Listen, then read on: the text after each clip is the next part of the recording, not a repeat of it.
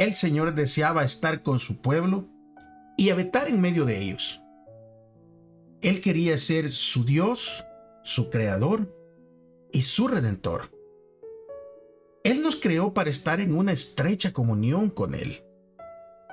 Pero si las relaciones significativas con otras personas requieren tiempo y requieren esfuerzo, lo mismo ocurre con nuestra relación con Dios.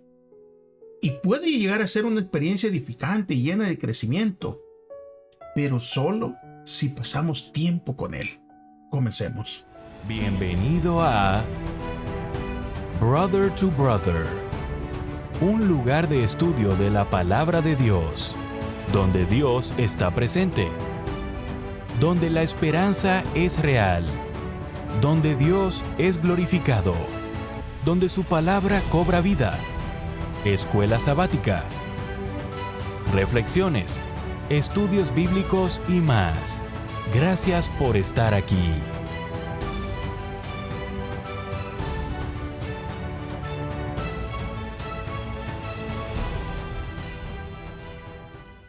Bendiciones para cada uno de ustedes. Muy bienvenidos a su programa Brother to Brother. Les saluda una vez más su amigo, su hermano Gerson Anaya. Estamos contentos porque llegamos a una semana más de estudio. Y esto sucede únicamente por la gracia de nuestro Señor Jesús. Pero antes de poder estudiar, es muy importante que tenga su libro de estudio, que tenga su Biblia, algo con que tomar nota, pero que también me acompañe reverentemente a invitar a través de la oración a ese maestro que es maestro de maestros, al Espíritu Santo, para que nos guíe. Señor, queremos dar gracias una vez más y venimos ante su presencia, Señor, suplicando el perdón de nuestros pecados. Pero requerimos también, Señor, que mande el Espíritu Santo para que sea Él el que nos abra el entendimiento, el que nos ayude a comprender, a retener y a practicar cada una de estas enseñanzas. Ayuda a mis amigos, mis hermanos que se van a unir a través de esta plataforma para poder estudiar juntos. Se lo suplico en el nombre de Jesús. Amén. Muy bien, el pacto y el modelo. Y Dios nos creó para eso, para estar con nosotros, para tener esa relación muy cercana con nosotros. Pero esta relación requiere de nuestro tiempo, requiere de nuestro esfuerzo para que veamos cómo Dios nos ama, cómo Dios nos busca todo el tiempo. Y puede llegar a ser, sí, una experiencia edificante, llena de crecimiento. Pero tenemos que pasar tiempo con Él. O sea, en términos prácticos, ¿cómo vamos a poder nosotros pasar tiempo con Dios? Bueno, estudiando su palabra, porque Dios nos habla a través de ella. Podemos orar, abrir nuestro corazón a Dios y podemos dar testimonio a otros acerca de la muerte, resurrección y el retorno de Cristo. O sea, participar en lo que es la misión de Dios. Y a medida que Dios nos bendice, nos convertimos en canales de bendición para todos los demás. Pero es súper importante. La atención debe centrarse en Dios y no en nosotros. El libro de Hebreos, el capítulo 12, versículo 1 y 2, dice: por tanto, nosotros también, teniendo un derredor nuestro tan grande nube de testigos, despojemos de todo peso y del pecado que tan fácilmente nos enreda, y corramos con perseverancia la carrera que tenemos delante de nosotros, puesto los ojos en Jesús, el autor y consumador de la fe, quien por gozo que tenía delante de él sufrió la cruz, menospreciando el oprobio, y se ha sentado a la diestra del trono de Dios. Cuando nos conectamos con el Señor, Dios nos puede capacitar para prestar atención a sus enseñanzas. Y esto nos va a llevar a la obediencia a su palabra. Ahora, no es de extrañar que las generaciones de seguidores de Cristo de los últimos tiempos se le va a describir como personas que guardan los mandamientos de Dios y la fe de Jesús. Y esto es muy sencillo. Amamos a Dios y le somos obedientes como evidencia de ese amor que tenemos por Él. Vamos a leer el versículo de memoria que viene en nuestro estudio y se va a encontrar esta semana ahí justamente en el libro de Éxodo. Así que abra su Biblia, el libro de Éxodo, capítulo 24, y acompáñenme para poderlo leer todos juntos. Y dice: y Moisés vino y contó al pueblo todas las palabras del Señor y todas las leyes, y el pueblo respondió a una voz: haremos todo lo que el Señor ha dicho. Bueno, entremos hoy sí al libro, el libro y la sangre. Eso estamos a encontrarlo en su librito de estudio en el día domingo. El libro y la sangre.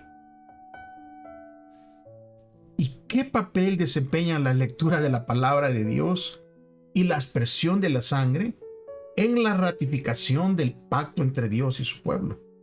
O sea, ¿cuál es el papel de estas lectura de palabra y la aspersión de la sangre?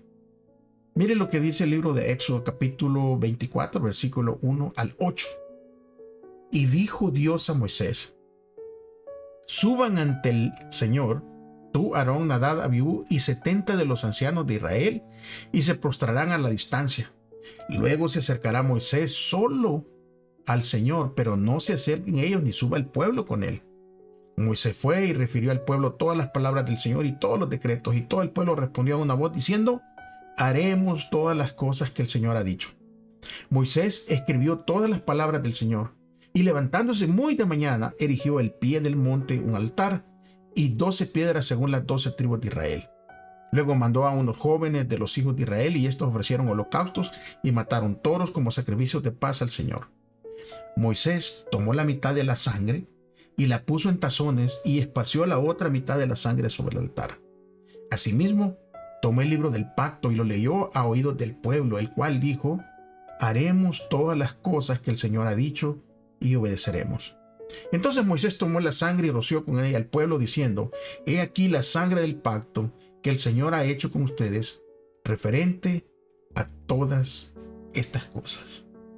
El Dios vivo de la Biblia es el Dios de relaciones.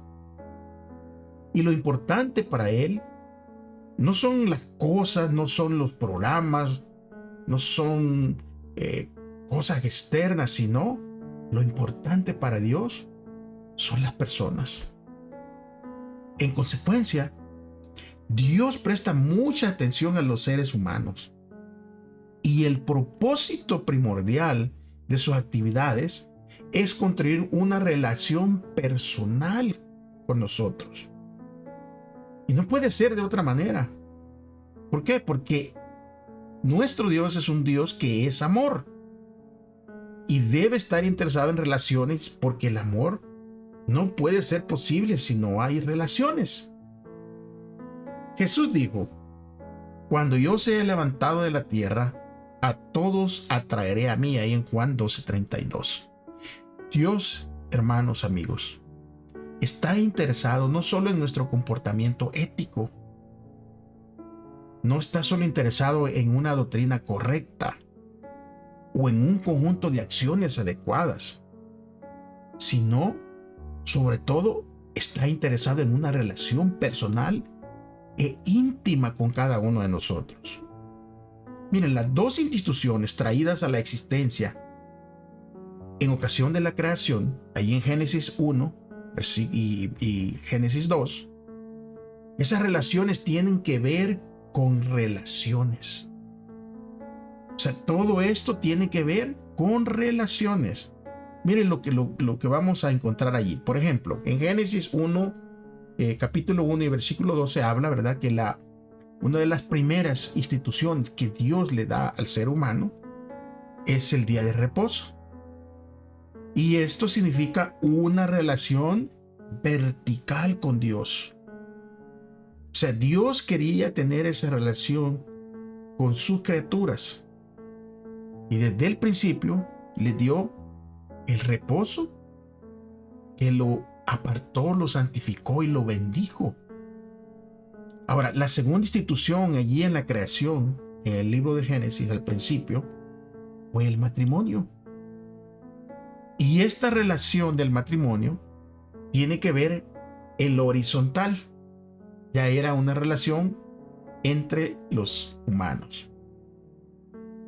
Cuando nosotros leímos y miramos la expansión de la sangre en la ratificación del pacto en el Sinaí, esto debería de reforzar la relación especial que Dios quería tener con su pueblo. Y en la ceremonia el pueblo se comprometió 2 veces a obedecer en todo lo que Dios exigiera. Ellos 2 veces dijeron: haremos todo lo que el Señor ha dicho. Y lo decían en serio, pero posiblemente no estaban conscientes de su fragilidad y su falta de poder. Ahora, la sangre del pacto que fue rociada sobre el pueblo, indicando que Israel solamente podía seguir las instrucciones de Dios en virtud ¿de qué? De los méritos de Cristo. Porque toda esta sangre que se derramaba en los ritos, que era rociada sobre el pueblo, tenía que ver y apuntaba a la sangre de Cristo. Nosotros somos frágiles, no tenemos poder. Y es únicamente a través de los méritos de Cristo. En su virtud es que nosotros podemos comprometernos con Dios. ¿Sabe que muchas veces nosotros no queremos aceptar nuestra naturaleza? Y no queremos ver que nuestra naturaleza humana es frágil, es débil y que es completamente pecaminosa.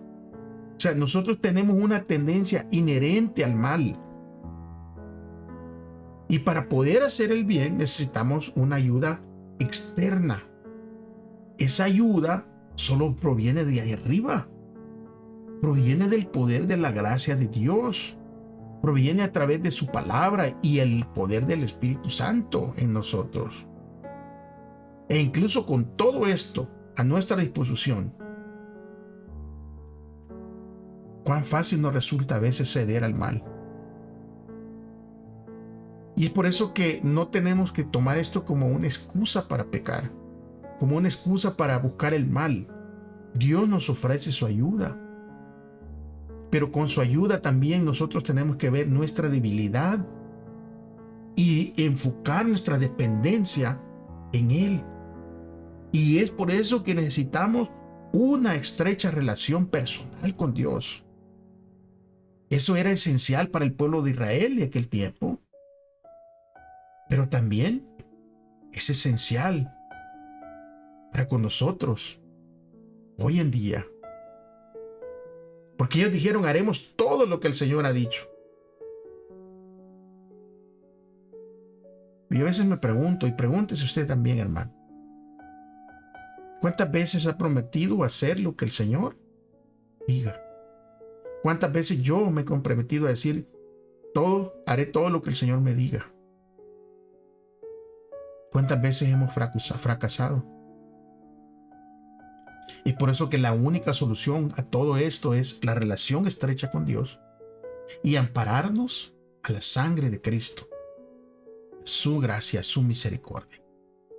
Esa es nuestra única salida. El día lunes habla de ver a Dios y vamos a seguir leyendo acerca de la experiencia, ¿verdad?, asombrosa que vivieron los hijos de Israel allí en el capítulo 24 de Éxodo. Porque después de que hicieron toda esa promesa y todo eso, entonces dice el versículo 9 al 18 de Éxodo 24, que luego Moisés, Aarón, Nadab y Abiú y 70 de los ancianos de Israel subieron. Y el versículo 10 dice: y vieron al Dios de Israel. Una teofanía. O sea, miraron la gloria de Dios. Y ellos vieron que debajo de sus pies había como un pavimento de zafiro, semejante en pureza al mismo cielo. Pero Dios no extendió su mano contra los principales de los hijos de Israel. Ellos vieron a Dios y comieron y bebieron. Entonces el Señor le dice a Moisés: sube a mí al monte y espera allí. Yo te daré las tablas de piedra con la ley y los mandamientos que he escrito para enseñarles. Se levantaron Moisés y Josué y su ayudante, y Moisés subió al monte de Dios. Y dijo a los ancianos: esperen aquí hasta que volvamos con ustedes. He aquí Aarón y Hur están con ustedes, y el que tenga algún asunto, vaya con ellos. Entonces Moisés subió al monte y la nube cubrió el monte. La gloria del Señor posó sobre el monte Sinaí y la nube lo cubrió por 6 días. El 7º día, él llamó a Moisés desde dentro de la nube, o sea, refiriéndose a Dios. Dios llamó a Moisés desde dentro de la nube. Y la apariencia de la gloria del Señor en la cumbre del monte era como un fuego consumidor ante los ojos de los hijos de Israel.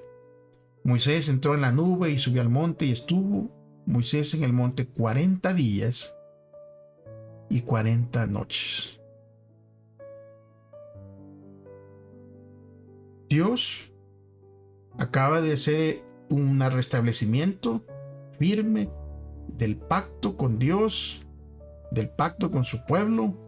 Moisés sube nuevamente al Sinaí.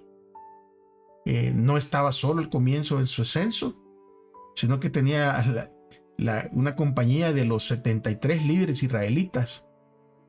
Ahora, esa fue una cumbre para ellos, o sea, una experiencia tremenda, pues ellos vieron a Dios, o vieron la revelación de Dios, la teofanía. El texto subraya 2 veces ese asombroso hecho. También fue un momento único, porque allí los líderes sellaron el pacto con Dios al comer juntos. Mira, el comer juntos en los tiempos en que esto se llevó a cabo tenía que ver mucho con respeto, con compromiso. Fíjese esta tremenda escena, un banquete donde Dios, el Dios creador del universo, fue el anfitrión. Eso debió de ser un gran honor concedido por Dios a esos líderes, porque las gentes que hacían esto morían. Sin embargo, Dios, queriendo tener esa relación con los líderes, permite todo eso, les permite ver todo, experimentar todo esto. Y en esa cultura, participar de la comida con alguien era en los tiempos bíblicos, y todavía hoy en cierta medida, una experiencia significativa de gran honor y un privilegio, porque allí ofrecía perdón y formaba un vínculo de amistad Dios con su pueblo, con los líderes. También lo que implicaba cuando uno comía con otra persona en un ambiente amigable de amistad, era una manera de decirle: estoy disponible para ti. En lo que yo te pueda ayudar, estoy aquí. Cuando tengas un momento difícil, problema, una crisis, estoy aquí. Al comer juntos se prometían sin palabras que si a uno le ocurría algo, el otro acudiría a su ayuda. O sea, es por eso que esta comida, este banquete que Dios hace con los líderes, sin palabras, pero en el contexto les está diciendo lo mismo. Si a ustedes les ocurre algo, yo voy a acudir en su ayuda. Y Dios nos dice eso ahora a nosotros. Posiblemente estemos pasando por una situación difícil que no entendemos, por una situación injusta. Bueno, en esas crisis, si hemos aceptado comer, hemos aceptado esa invitación del Señor, si Él la tocó a la puerta de nuestro corazón y le abrimos, Él entró y comió con nosotros, Él va a acudir en nuestra ayuda. Él va a venir a salvarnos, a rescatarnos de cualquier dificultad, de cualquier problema. O sea, es que una invitación a comer era algo especial y no se le dirigía a cualquier persona. La persona a la que se invitaba tenía que ser especial. Y de esta forma Dios le estaba diciendo al pueblo: ustedes son especiales. Ahora, rechazar este tipo de invitaciones era uno de los peores insultos que se le podía hacer a una persona. Ahora, con toda esta idea en nuestra mente, esto nos ayuda a entender los relatos del Nuevo Testamento en los que el mismo Señor Jesús fue duramente criticado por comer con los pecadores. Jesús amablemente comió con los pecadores y era una manera de decirles, estoy aquí. Estoy aquí. Cuando ahora nosotros como creyentes celebramos la cena del Señor, también establecemos un estrecho vínculo con Dios, con otros pecadores como nosotros. Y le estamos también simbólicamente diciéndoles, aquí estamos. Si algo te sucede, yo voy a estar allí. Y yo sé que si algo me sucede, tú vas a estar allí. Durante esta comida que ellos tenían, celebraban el perdón, la salvación que había en los tiempos de los apóstoles. Cuando eso se celebraba, eso se practicaba, se hablaba de la celebración de la salvación a través de Jesús, se perdonaban entre ellos y se ponían a disposición los unos con los otros. Por eso que podemos encontrar varios relatos en el Nuevo Testamento acerca de las comidas, acerca de cómo comían, de cómo convivían. Mateo 26, por ejemplo, 26 al 30, y en otros evangelios dice, mientras ellos comían, Jesús tomó un pan y lo bendijo, lo partió y lo dio a sus discípulos y le dijo, coman, este es mi cuerpo. Tomando la copa y habiendo dado gracias, les dio también de beber, diciendo a todos, beban, porque esto es mi sangre del pacto. ¿Recuerden? Acabamos de leer la sangre que se esparcía cuando Israel hizo el pacto y que dijeron que iban a hacer todo lo que él decía. Ahora Jesús dice, porque esto es mi sangre del pacto, la cual es derramada para el perdón de pecado para muchos. Pero les digo que desde ahora no beberé más este fruto de la vida hasta que aquel día cuando lo beba de nuevo con ustedes en el reino de mi Padre. Y dice el versículo 30 que después cantaron un himno y salieron hacia el monte de los olivos. Marcos relata esto también, que mientras ellos comían, Jesús tomó pan y lo bendijo, lo partió y les dijo, tomen, esto es mi cuerpo, ahí en Marcos 14, 22 al 25. Y tomando la copa y habiendo dado gracias, les dio y bebieron todos de ella. Y él les dijo, esta es mi sangre del pacto, la cual es derramada a favor de muchos. De cierto les digo que no beberé más del fruto de la vida hasta que el día cuando beba de nuevo en el reino de Dios. Y cuando nosotros practicamos el rito de humildad, la Santa Cena, siempre leemos ahí de 1 Corintios en el capítulo 11, 23 al 29. Aquí los apóstoles era la manera como ellos celebraban. Y decía el versículo 23, porque yo recibí del Señor la enseñanza que también les transmito a ustedes, que el Señor Jesús, la noche en que fue entregado, tomó pan y habiendo dado gracias, lo partió y dijo, tomen, coman, esto es mi cuerpo que por ustedes es partido, hagan esto en memoria de mí. Asimismo tomó también la copa y después de haber cenado y dijo, esta copa es el nuevo pacto en mi sangre, hagan esto todas las veces que la beban en memoria de mí. Todas las veces que coman este pan y beban de esta copa, anuncian la muerte del Señor hasta que Él venga, tomando la cena de manera digna, de modo que cualquiera que coma este pan y beba esta copa del Señor de manera indigna será culpable del cuerpo y de la sangre del Señor. Por lo tanto, examinemos cada uno a sí mismo y coman así del pan y beban de la copa. Porque el que come y bebe, no discerniendo el cuerpo, juicio come y bebe para sí. Después de que todos estos líderes subieron, comieron, tuvieron esa experiencia maravillosa con Dios, uno creería que esa experiencia iba a ser suficiente para mantener esa promesa que había hecho estos líderes junto con el pueblo. Haremos todo lo que tú nos digas. Pero saben que lamentablemente algunos de los que habían subido con Moisés cayeron más tarde en pecado. Y algunos perdieron la vida. Por ejemplo, el caso de Nadab y Abiú, hijos de Aarón. Ellos no hicieron lo que Dios les había indicado. Ellos tomaron cada uno un incienso y pusieron en ellos el fuego, pero pusieron un fuego y sobre el incienso y ofrecieron delante del Señor un fuego extraño. La desobediencia. Extraño que el Señor no había mandado. Entonces, ¿qué pasa? Entonces salió fuego de la presencia del Señor y los consumió. y murieron delante ahí del Señor. Y el versículo 9 de ahí, de esta experiencia de Levíticos 10, versículo 9 dice: ni tú ni tus hijos contigo beberán vino ni licor cuando tengan que entrar en el tabernáculo de reunión, para que no mueran. Y esto será un estatuto perpetuo a través de todas las generaciones. O sea, aunque tuvieron esa experiencia profunda con Dios, no fueron transformados ni convertidos por ella.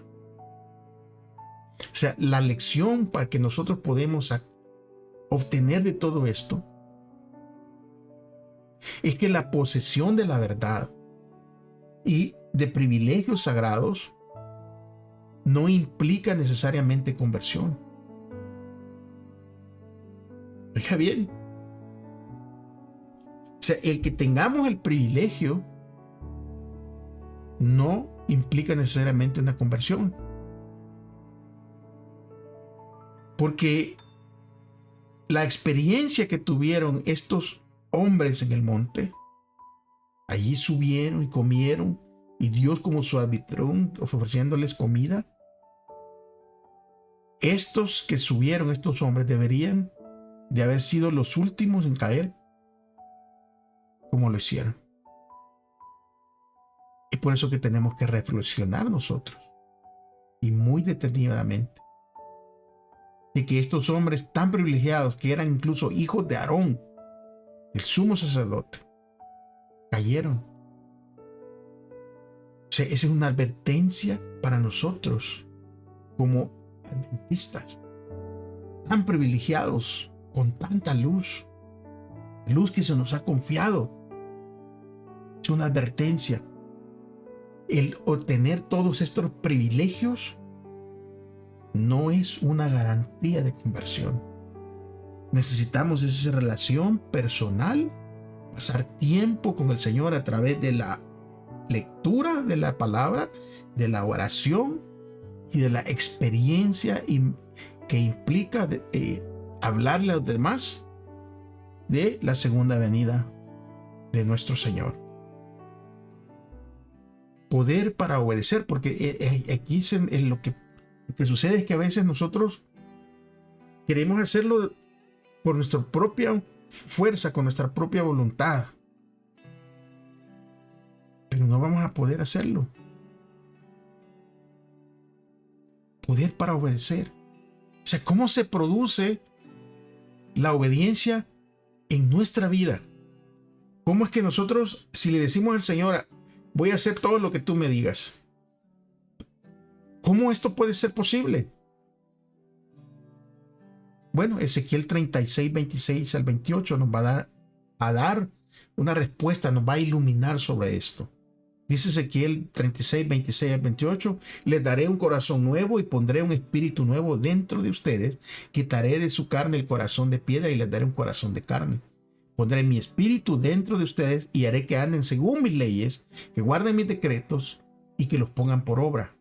Y habitarán en la tierra que di a sus padres. Ustedes serán mi pueblo y yo seré su Dios. Cuando los israelitas se comprometen y fervientemente se comprometieron con Dios en 3 ocasiones que ellos iban a obedecer. Lo dijeron en Éxodo 19, 8, en Éxodo 24, 3 y 24, 7. Ahora, la obediencia es importante. Aunque la Biblia enseña que los seres humanos somos débiles, frágiles, somos pecadores con tendencias al mal, la obediencia es importante. Porque si Dios ha prometido que Él va a poner su espíritu dentro de nosotros, que va a cambiar nuestro ser poniendo un nuevo corazón, y va a ser Él el que va a dar la fuerza para obedecer, para andar según sus leyes, según guardar sus mandamientos, y para que pongamos todo eso por obra. Y entonces Él dice que nosotros vamos a habitar, dice el Señor, en la tierra que Él ha prometido, y entonces nosotros vamos a ser su pueblo y Él va a ser nuestro Dios. La obediencia es importante, hermanos.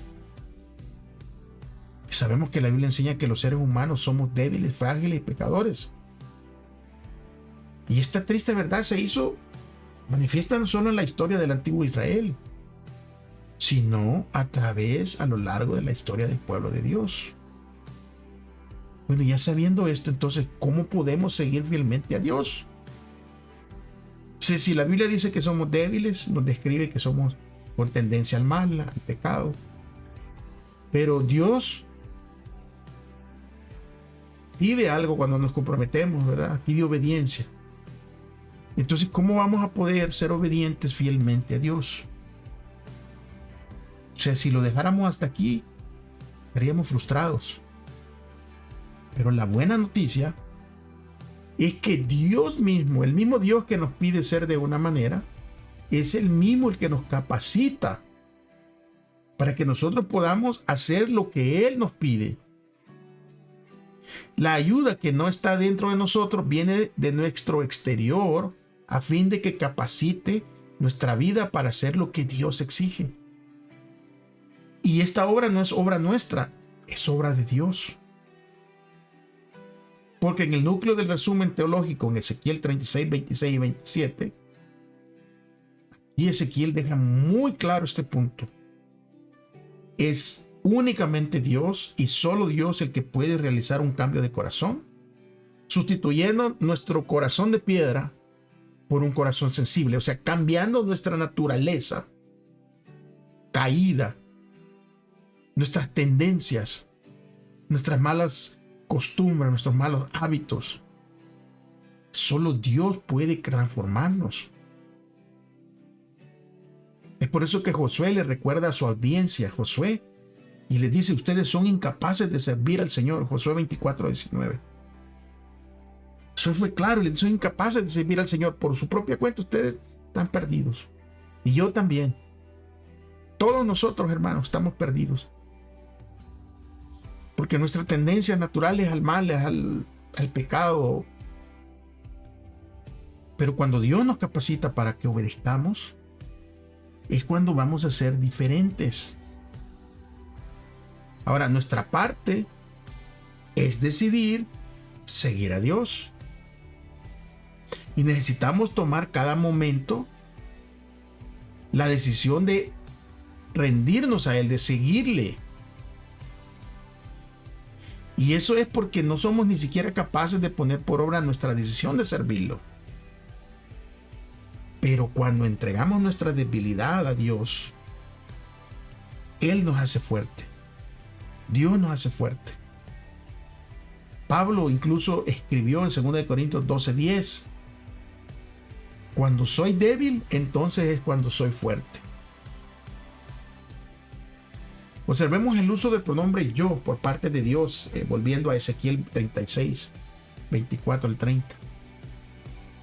Cuando nosotros ponemos este pronombre yo por parte de Dios, aquí es Dios quien reúne, es Dios quien limpia, es Dios quien quita, es Dios quien da, es Dios quien pone, y es Dios el que nos moviliza para obedecer cuidadosamente su ley. O sea, Él se identifica con nosotros y Él nos dice: si te asocias estrechamente conmigo, entonces yo te voy a capacitar y te voy a ser capaz de cumplir.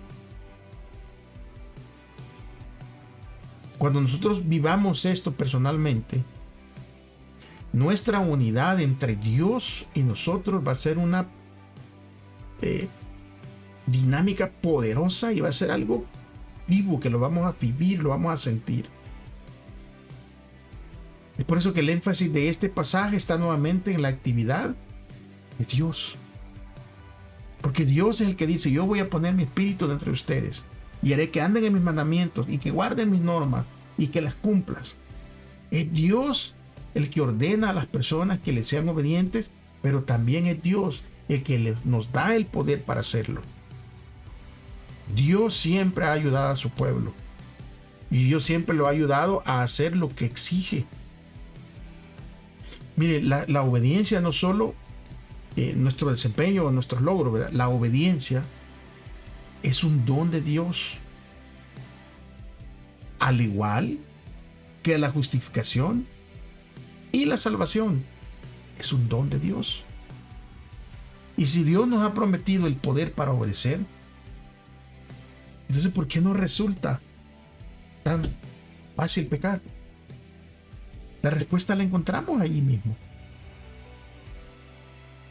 Cuando nos distanciamos de Dios, cuando descuidamos esa relación, cuando quitamos la vista de Cristo, el autor, entonces es cuando nosotros nos volvemos presa fácil y caemos en pecado. Día miércoles, en medio de su pueblo,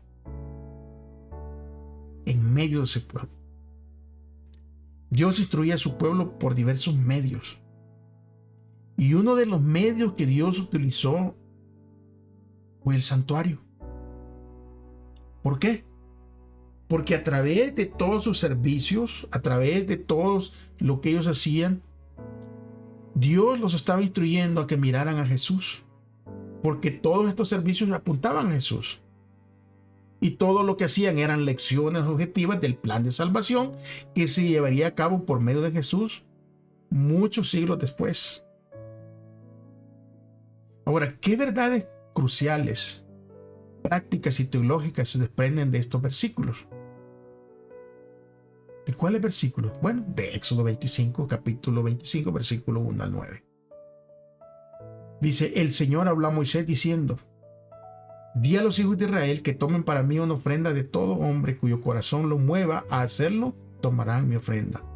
Esta es la ofrenda que tomarán de ellos, oro, plata, bronce, material azul, púrpura, carmesí, lino, pelo de cabra, pieles de carnero teñidas de rojo, pieles finas, madera de acacia, aceite para la iluminación, especias aromáticas para el aceite de la unción y para el incienso aromático, piedras de onice, piedras de engaste para el efod y el pectoral, y que me hagan un santuario, y yo habitaré en medio de ellos. Harán el diseño del tabernáculo y el de todos sus accesorios conforme a lo que yo te voy a mostrar. Esto es lo que dice Dios. Moisés, toma todo esto del pueblo, de los que están dispuestos de corazón a hacerlo. Ahora, Dios estaba en este momento guiando a los israelitas en el desierto, pero Él estaba cerca de ellos. Y entonces Dios le ordena a Moisés que construya un santuario. Dios les dice, háganme un santuario. Pero el santuario tenía un propósito.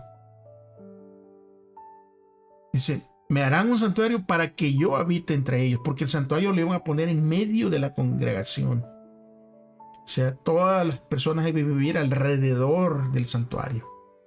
Todas las tribus se iban a dividir. Es que Dios quería mostrarle al pueblo de una forma tangible que Él estaba realmente con ellos. Ahora, y el pueblo se había equivocado muchas veces. Y con todo y eso, Dios no los había abandonado.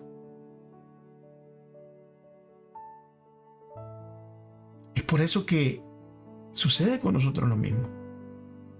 ¿Cuántas veces nos hemos equivocado? ¿Cuántas veces le hemos fallado a Dios? Y con todo y eso, Él no nos ha abandonado. Él continúa allí, pacientemente. Ellos recibieron una orden divina y comenzó el proceso de construcción del santuario. Ahora la Biblia, ya en el libro de Hechos, capítulo 7, 47 a 50, ya asegura que Dios ya no vive en templos y edificios construidos por el hombre. ¿Por qué? Porque Él es más grande que los cielos y el cielo no puede contenerlo. Y eso Pablo lo predicó ahí en el Areópago de Atenas. Él les dijo, el Dios que hizo el mundo y todo lo que hay en él, que es el Señor del cielo y de la tierra, no habita en templos hechos por manos humanas. Y asimismo también lo dijo el rey Salomón. Habitará ciertamente Dios en la tierra si los cielos Los cielos de los cielos no te pueden contener, cuanto menos esta casa que yo voy a edificar. Pero aquí, a diferencia, en aquel tiempo, Dios dio las instrucciones para que se construyera el santuario, porque ahí iba a ser el lugar donde Dios se iba a manifestar, o sea, tangiblemente a su pueblo. Pero había requisitos, porque antes de construirlo, Dios le dice, ¿verdad?, que los israelitas deberían de traer una ofrenda voluntaria para la construcción del santuario. Debían dar regalos preciosos y costosos como oro, plata, bronce, madera, acacia, todo tipo de telas, aceite y especies y todo eso. Además, el libro de Éxodo, capítulo 25, 10 al 27, 21, todos esos 2 capítulos, ahí se registran muchos detalles acerca del tabernáculo y sus servicios. Y Dios le dio a Moisés un plano con instrucciones para que construyeran y cómo iban a amueblar el tabernáculo, incluyendo cómo se iba a construir el arca del pacto, la mesa de los panes, el candelabro, los altares, las cortinas, los colores. Dios le dio todas las medidas, Dios le dio las instrucciones completas a Moisés. Ahora Moisés tuvo que hacer decisión y construirla como Dios le había dicho, o por ahí Moisés iba a decir, no, esto no, parece que no se va a ver bien, mejor lo hago de esta manera. Y en cuántas ocasiones nos ocurre lo mismo a nosotros, en cualquier ámbito de nuestra vida. La instrucción bíblica dice que lo hagamos de esa manera y nosotros, no, a mí no me parece que es eficiente de esa manera, lo voy a hacer a la manera que yo creo. Hay que actualizarse, están diciendo muchos hoy. Hay que actualizarnos en la música, hay que actualizarlo en las maneras, en las formas de adoración, cuando Dios ya ha dejado establecido todo en su palabra. Pero Moisés se mantuvo, él construyó el tabernáculo según el modelo que Dios le mostró. Porque Dios se lo dio exactamente, porque ese tabernáculo era un reflejo del santuario celestial. Y este santuario terrenal tenía que cumplir una función crucial hasta la muerte de Jesús y su ministerio en el santuario celestial. Entonces, cuando Jesús viene a la tierra y ahora Él habita en su pueblo, el libro de Juan capítulo 1 describe todo eso. El Verbo se hizo carne y habitó. Juan 1:14. O sea, el Verbo ahora, el santuario, todo lo que apuntaba a Jesús se hizo una realidad en ese tiempo. Y con la muerte de Jesús y su ministerio en el santuario celestial, fue que se anuló entonces el santuario terrenal. Ahora, esa verdad simbolizada por el rasgamiento de la cortina ante el lugar santísimo en ocasión de la muerte de Cristo, ¿se recuerdan ahí cuando fue la crucifixión en Mateo 27:51? Allí fue cuando se terminó la función y fue anulado todos los ritos y ordenanzas con el santuario que tenían que ver con el santuario terrenal, porque ahora Cristo, al ascender al cielo, iba a estar en el santuario celestial, abogando por nosotros. O sea, todo esto tenemos que llegarlo a entender, porque si no lo entendemos nos vamos a confundir. O sea, es Dios el que da, el que provee. Miren, cuando nosotros, si podemos leer toda la historia de la construcción de ese tabernáculo, Dios da todas las enseñanzas. Además, Dios capacita a las personas que iban a construir las cosas de oro, los que iban a trabajar las telas, la música. Dios fue el que capacitó todo. Pero para que esto caminara como Dios había dicho, había un elemento.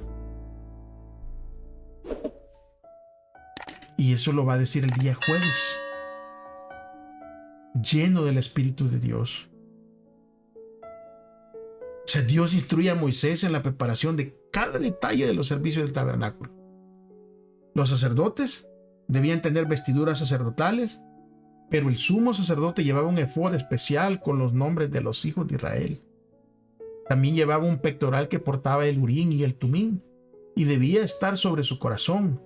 Eso dice Éxodo 28. Todos los sacerdotes debían ser consagrados. Otros elementos que debían ser cuidadosamente preparados eran el altar del incienso, la fuente para el lavamiento, el aceite de la unción y el incienso. O sea, con todo esto que Dios le dice a Moisés y le da las instrucciones, ¿cuál fue la ayuda especial que Dios proveyó para que todos los detalles del tabernáculo y su servicio fueran preparados de forma hermosa y de una forma adecuada? En Éxodo 31, 1 al 18, nosotros podemos ver ahí que el Señor le habla a Moisés diciendo: mira, yo he llamado por nombre a Bezaleel, hijo de Urí, hijo de Ur, de la tribu de Judá. O sea, Dios le va a explicar aquí a Moisés, porque la lista que le dio el Señor a Moisés para la construcción fue grande. Y yo me imagino que al principio Moisés posiblemente dijo: bueno, esto tiene muchos detalles, hay mucha exigencia. Pero entonces el Señor le dice a Moisés: Moisés, espérate. Mira, esto es lo que va a suceder. Sí, yo sé que es complicado, que es difícil, mucho detalle. Pero ¿sabes qué, Moisés? Escucha esto. Eso le está diciendo en el capítulo 31, versículo 1 al 18 a Moisés. Yo he llamado por nombre a Bezaleel, hijo de Uri, hijo de Ur, de la tribu de Judá, y lo he llenado del Espíritu de Dios con sabiduría, entendimiento, conocimiento y toda habilidad de artesano, para hacer diseños artísticos y para trabajar en oro y plata y bronce, en el tallado de piedras, para engastar en el tallado de madera, para realizar toda clase de labor. He aquí, yo he escogido con él a Oleab, hijo de Ahisamac, de la tribu de Dan. También he puesto sabiduría en el corazón de toda persona sabia de corazón, para que realicen todo lo que te he mandado. Dios le da una tarea difícil a Moisés, pero también le da los medios. Y Dios nos ha dado una tarea a nosotros, no de construir un tabernáculo como lo hizo en aquel tiempo, pero nos ha dado la misión de predicar el evangelio. Y si Dios nos ha dado esa misión, ¿quién va a proveer entonces para que nosotros lo hagamos? ¿Acaso no Dios mismo? Pero ¿qué es lo que sucede hoy en día? Que mucha gente, y esto está sucediendo en muchas congregaciones, la gente se preocupa a veces por los gastos, porque aquí, porque allá, empieza a poner muchas pros y cons, más que todos cons, ¿verdad? Que en las organizaciones de la predicación del evangelio. Y a veces no escuchamos la voz de Dios, que Dios dice: miren, si yo los he llamado a predicar, yo voy a capacitarlos. Miren, el tabernáculo de reunión, el arca del testimonio y el propiciatorio que estaba sobre ella, todos los utensilios del tabernáculo, la mesa, sus utensilios, el candelabro de oro puro y todos los utensilios del altar del incienso, el altar del holocausto y todos sus utensilios, la fuente y su base, las vestiduras de material tejido, las vestiduras sagradas para el sacerdote Aarón, las vestiduras de sus hijos para servir como sacerdotes, o sea, el aceite de la unción, el incienso aromático para el santuario. Todo esto era lo que Dios había y requería que lo hicieran conforme a todo lo que Él había mandado. Además de todas las instrucciones que ha dado el Señor acerca de los objetos que iban a estar en el santuario. También el Señor, en ese mismo capítulo, va a dar unas instrucciones en referencia al día de reposo como señal de pacto. Versículo 12 dice: el Señor habló además a Moisés diciendo: tú hablarás a los hijos de Israel y les dirás: ciertamente guardarán mis sábados, porque esto es una señal entre ustedes y yo, y ustedes a través de sus generaciones, para que sepan que yo soy el Señor el que los santifico. Guardarán el sábado porque es sagrado para ustedes, y el que lo profane morirá irremisiblemente. Cualquiera que haga algún trabajo en el día sábado será excluido en medio de su pueblo. 6 días se trabajará, pero el 7º día será sábado de reposo, consagrado al Señor. Cualquiera que haga algún trabajo en el día del sábado morirá irremisiblemente. Los hijos de Israel guardarán el sábado, celebrándolo como pacto perpetuo a través de sus generaciones. Será señal para siempre entre los hijos de Israel y yo. Porque en 6 días el Señor hizo los cielos y la tierra, y en el 7º día cesó y reposó. Y cuando acabó de hablar con él en el monte Sinaí, dio a Moisés 2 tablas de testimonio, tablas de piedras escritas con el dedo de Dios. Aquí es la primera ocasión en la Escritura en donde Dios mismo declara que Él va a llenar a una persona con el Espíritu de Dios. ¿Qué significa esto?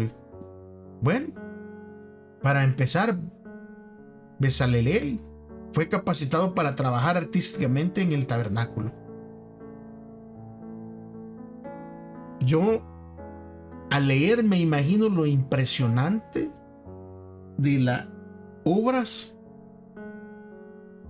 de los tallados en oro que este hombre, ¿verdad?, Bezaleel, tenía que ser, pero como Dios lo había capacitado, yo me puedo imaginar qué tan hermoso haber sido esas esculturas.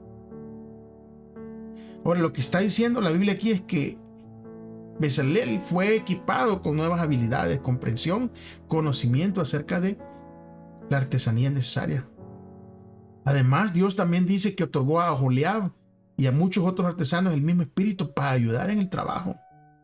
En medio de toda esta creatividad, de todo lo que está sucediendo, de que lo llenaban del Espíritu Santo a estos hombres, que los capacitaban, en medio de todo esto, Dios mismo, a través de su palabra, menciona el sábado,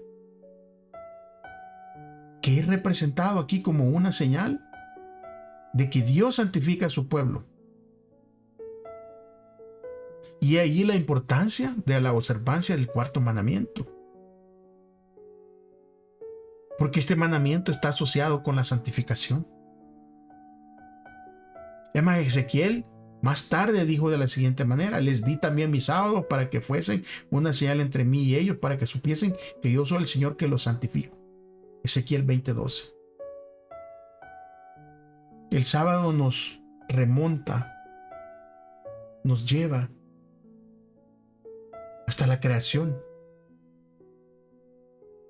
y nos recuerda de que Dios es nuestro creador. Génesis 2:2. También nos recuerda de que Él es nuestro redentor y nuestro Dios, y nos va a recordar de que Él es santo. Miren, es Dios el que transforma a las personas con su presencia a fin de que crezcan mediante su espíritu y su palabra.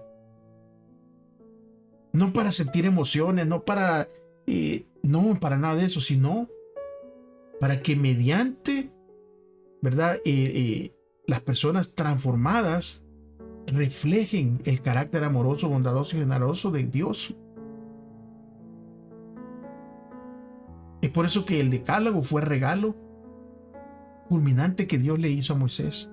Después de todo, Dios le da 2 tablas que él mismo había escrito con su propio dedo, 10 preceptos que le da Dios a Moisés.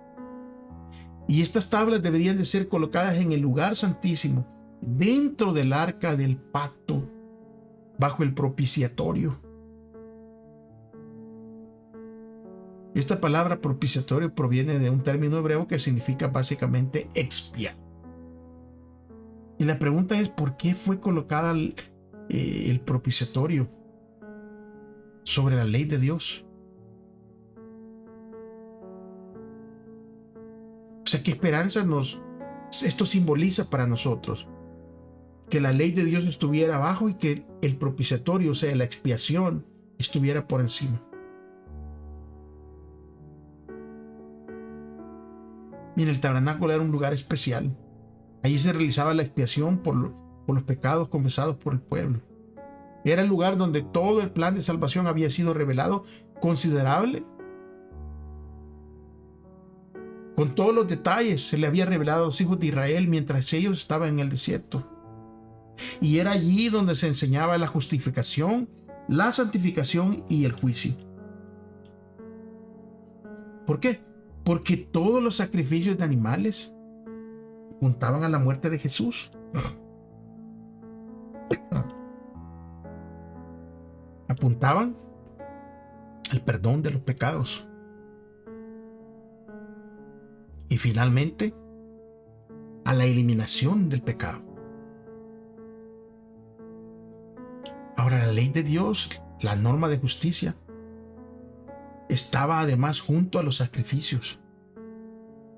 La ley de Dios, guardada como reliquia dentro del arca, era la gran regla de justicia y juicio. Esa ley determinaba la muerte del transgresor. Pero encima de la ley estaba el propiciatorio, donde se revelaba la presencia de Dios, desde el cual, en virtud de la expiación, se otorgaba perdón al pecador arrepentido. Así, en la obra de Cristo en favor de nuestra redención, simbolizada por el servicio del santuario, la misericordia y la verdad se encontraron, la justicia y la paz se besaron. Alabado sea el nombre de Dios, hermano. Muchísimas gracias por haber llegado y quedarse hasta el fin. No se olvide de compartir el video. Suscríbase, es gratis, denle like. Eso nos ayuda a que este video llegue a más personas. Recuérdese que no estamos monetizados. Las vistas no nos dan a nosotros ninguna ganancia y bendito sea el nombre de Dios que ha puesto en nuestro corazón no negociar con la palabra de Dios. Bueno, nos vemos la próxima semana para otro estudio, si Dios lo permite y si Cristo no ha regresado. Mientras tanto, le estamos esperando. Recordemos que si decimos que amamos a Dios, amemos a nuestro prójimo. El Señor me les bendiga mucho. Bendiciones para cada uno de ustedes. Hasta la próxima semana.